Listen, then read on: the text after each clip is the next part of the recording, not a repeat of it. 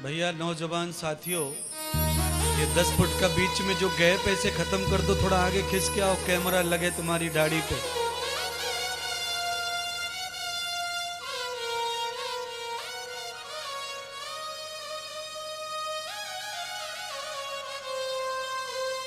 आगे वाले आगे मत आओ, आगे वालों पे सही है।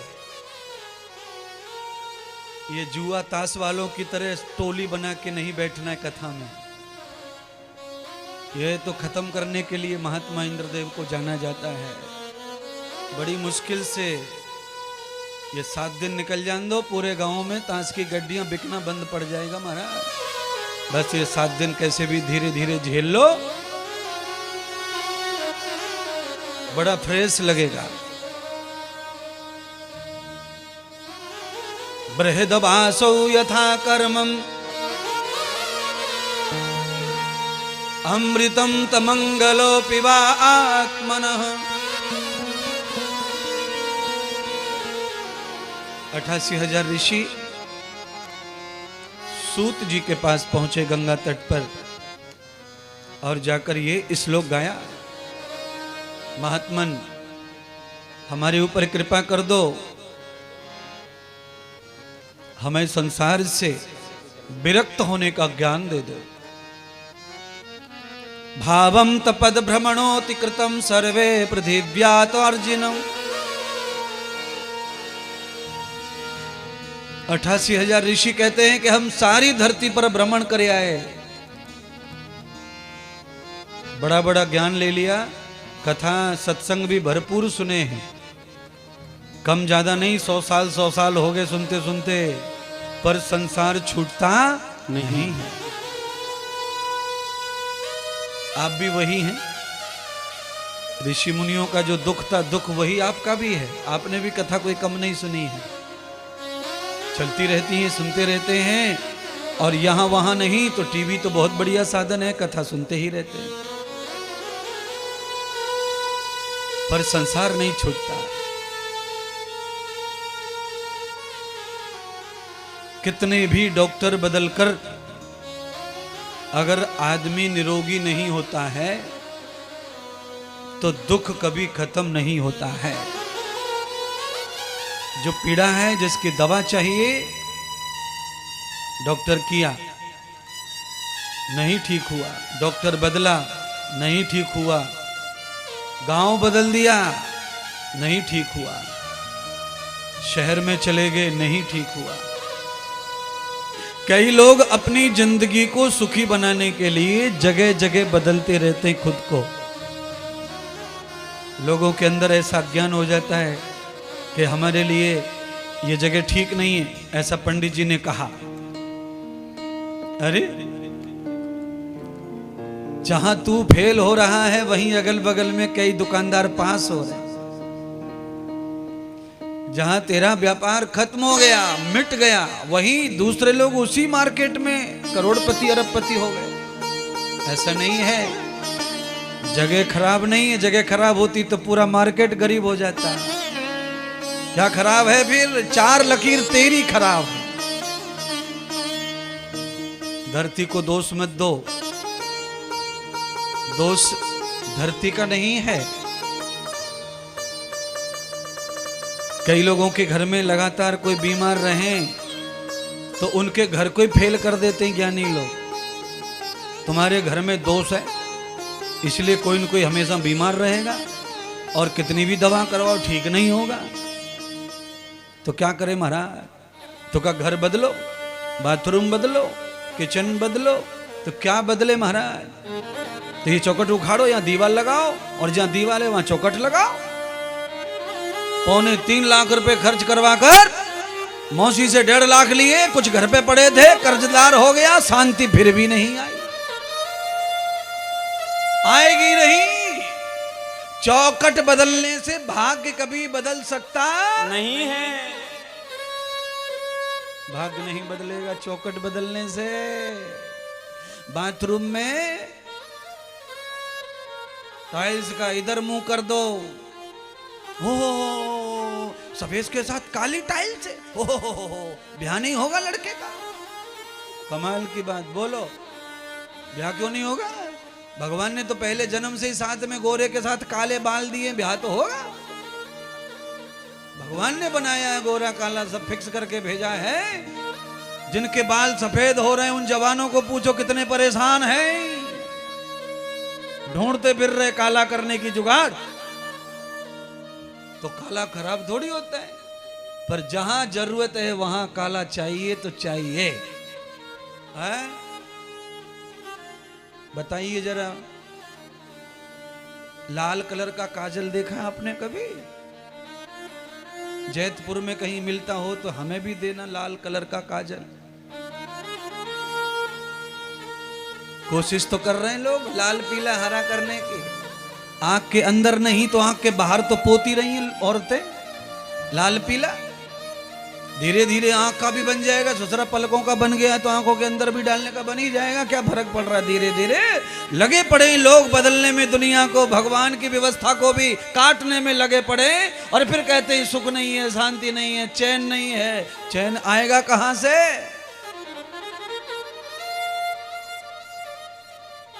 चैन कैसे आ जाएगा? पलकों को लाल पीला कर लेंगे तो चैन कैसे आएगा? केमिकल लगाओगे आंखों के ऊपर तो आंखें खराब होंगी, चमड़ी खराब होगी। नहाने के बाद में चमड़ी इतनी रूखी हो जाएगी कि बिना क्रीम के घर से बाहर नहीं निकल सकते। इसलिए लाल पीला हरा करने की जरूरत क्या पड़ रही है?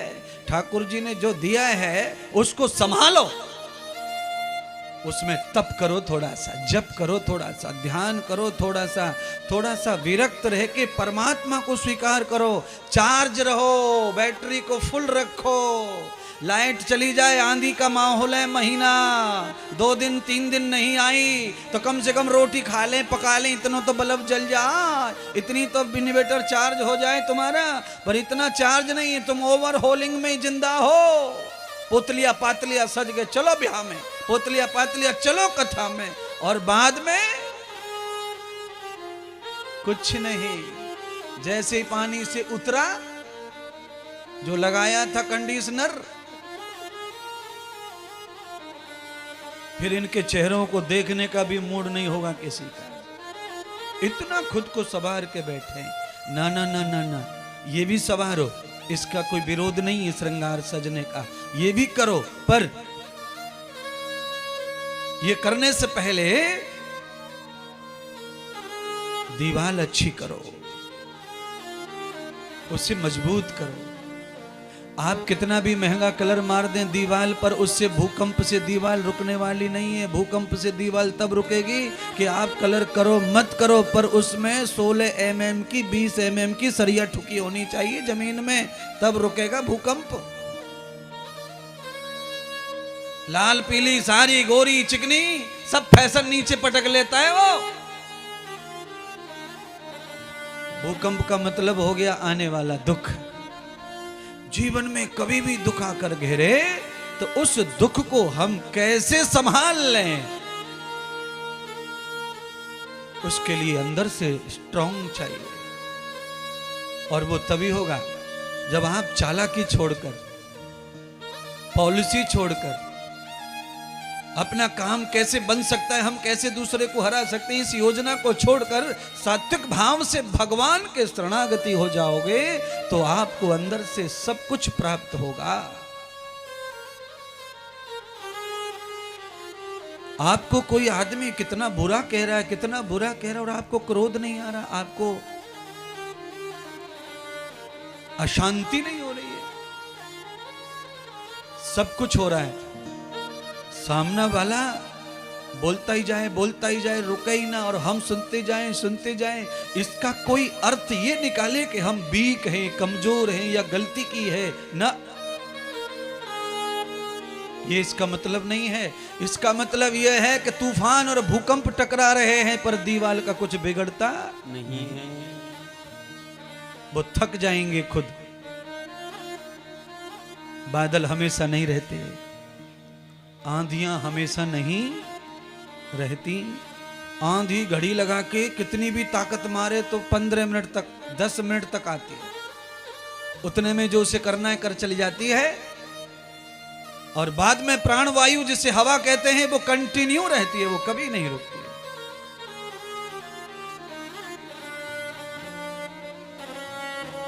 हम चालाक शब्दों से इधर से उधर से इधर से उधर से जमा करने के बाद में वो चालाक शब्दों से, नेगेटिव शब्दों से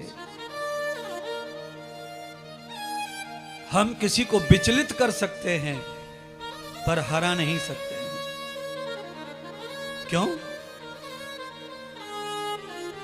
विचलित होना जीव का स्वभाव है। जिसने जिंदगी में कल्पना न की हो, सोचा भी न हो ऐसा कि ऐसा कभी कोई व्यक्ति कर सकता है, अपना चाहने वाला ऐसा भी हो सकता है, तो उसको बेचैनी तो होगी। क्योंकि विश्वास दिमाग में जो जगह बनाई है तो फिर टूट, तो उससे बेचैनी होती है। पर बेचैनी को भी पचा ले, वही साधक है, वही साधना है। तो हमारे परिवारों में, घरों में दुनिया भर की परेशानियां, बेचैनियां, प्रॉब्लम, ऊंच नीच, बोल चाल, ये सब होता रहता है। इन सारी चीजों को पचाते हुए, इनको सबको पचाते हुए ही हम घर को खड़ा रख सकते हैं, परिवार को खड़ा रख सकते हैं। विरक्त भाव से अगर हम ये करते हैं तो हम नारद की तरह वैकुंठ लोक में जाएं या ब्रह्म लोक में जाएं, कैलाश लोक में जाएं, किसी भी देवता के यहाँ जाना तो पड़ेगा, वहाँ जाकर प्रशंसा प्राप्त हो। उसके लिए ये कथा है, ये व्याख्यान है, ये सत्संग है।